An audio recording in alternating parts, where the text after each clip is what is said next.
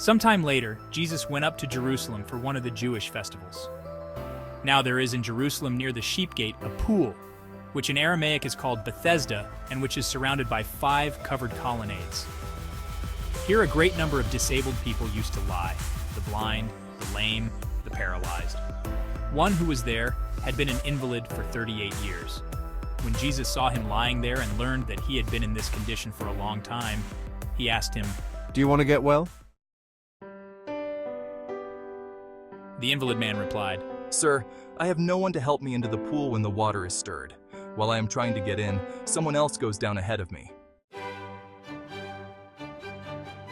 Then Jesus said to him, "Get up, pick up your mat and walk." At once the man was cured. He picked up his mat and walked. The day on which this took place was a Sabbath, and so the Jewish leaders said to the man who had been healed, "It is the Sabbath. The law forbids you to carry your mat." but he replied, The man who made me well said to me, "Pick up your mat and walk." So they asked him. Who is this fellow who told you to pick it up and walk? The man who was healed had no idea who it was, for Jesus had slipped away into the crowd that was there. Later, Jesus found him at the temple and said to him, "See, you are well again. Stop sinning or something worse may happen to you." The man went away and told the Jewish leaders that it was Jesus who had made him well. So, because Jesus was doing these things on the Sabbath, the Jewish leaders began to persecute him. In his defense, Jesus said to them, "My Father is always at his work to this very day, and I too am working." For this reason, they tried all the more to kill him.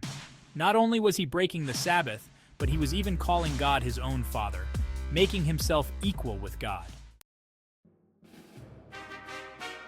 Jesus gave them this answer. "Very truly I tell you, the Son can do nothing by himself. He can do only what he sees his Father doing, because whatever the Father does, the Son also does.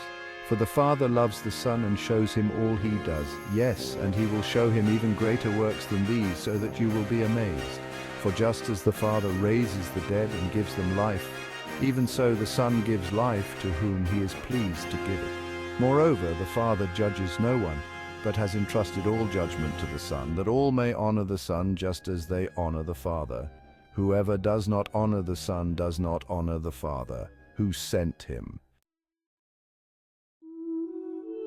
Very truly I tell you, whoever hears my word and believes him who sent me has eternal life and will not be judged, but has crossed over from death to life.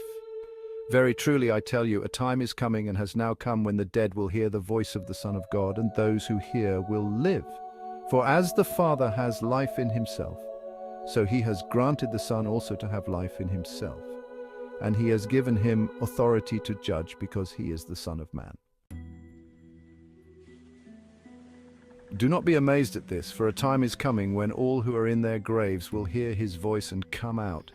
Those who have done what is good will rise to live, and those who have done what is evil will rise to be condemned.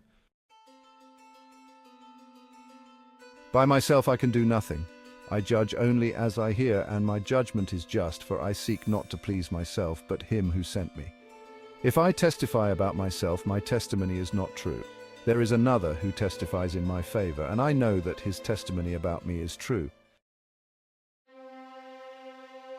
You have sent to John, and he has testified to the truth. Not that I accept human testimony, but I mention it that you may be saved. John was a lamp that burned and gave light, and you chose for a time to enjoy his light.